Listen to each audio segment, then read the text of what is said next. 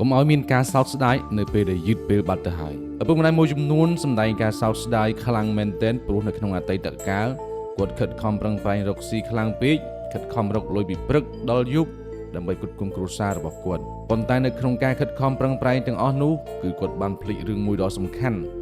គឺពេលវេលាជាមួយនឹងកូនរបស់ពួកគាត់ពេលកូននៅតូចកូនត្រូវការណែនាំការអប់រំនិងការយកចិត្តទុកដាក់ពីឪពុកម្ដាយប៉ុន្តែពេលខ្លះដោយសារតែជីវភាពឪពុកម្ដាយមិនសូវមានពេលនៅជាមួយកូននោះទេហើយជាលទ្ធផលនៅពេលដែលកូនធំឡើងកូនមិនអាចដើរទៅតាមគន្លងធម៌ដែលឪពុកម្ដាយចង់បាននោះទេ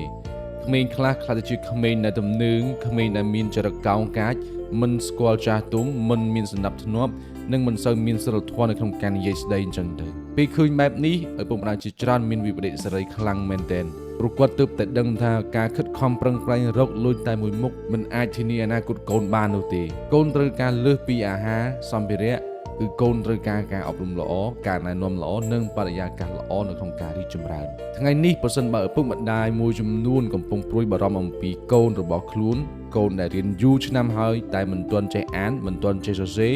ឬកូនដែលមិនសូវមានសិលធម៌នៅក្នុងការនិយាយស្ដីមិនមានការគោរពចាស់ទុំសូមកុំមិនដោយឲ្យបញ្ហានេះកើតឡើងបន្តទៀតអីព្រោះអនាគតកូនអាស្រ័យទៅលើការសម្រេចចិត្តរបស់យើងនៅថ្ងៃនេះខ្ញុំសូមជម្រាបពុកម៉ែបងប្អូនថាសាលាអន្តរជាតិ Co-Space គឺជាកន្លែងមួយដែលបង្កើតឡើងសម្រាប់កូនរបស់បងប្អូនទាំងអស់គ្នានៅទីនេះយើងមិនត្រឹមតែបង្រៀនឲ្យកូនចេះអានចេះសរសេរឬចេះភាសាប៉ុណ្ណោះទេ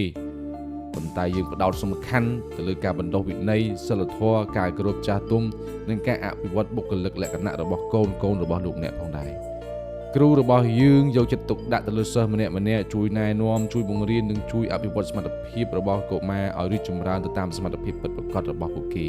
ព្រោះយើងជឿជាក់ថាក្មេងម្នាក់អាចផ្លាស់ប្ដូរជីវិតបានបើគាត់ទទួលបាននូវការអប់រំល្អដូច្នេះហើយការជ្រើសរើសសាលាដែលមានគុណភាពល្អសម្រាប់កូនរបស់លោកអ្នកគឺជាកត្តាដ៏សំខាន់ណាស់ដើម្បីដោះស្រាយបញ្ហាទាំងអស់នោះសូមកុំឲ្យឱកាសល្អនេះកន្លងផុតទៅសូមកុំឲ្យមានការសោកស្ដាយនៅថ្ងៃក្រោយចូលចាប់ផ្ដើមផ្លាស់ប្ដូរអនាគតកូនរបស់លោកអ្នកចាប់ពីថ្ងៃនេះតទៅសាលាអន្តរជាតិ Co-Space រងចាំស្វាគមន៍កូនរបស់លោកអ្នកដើម្បីកសាងចំណេះដឹងវិន័យនិងអនាគតភ្លឺស្វាងសូមអរគុណ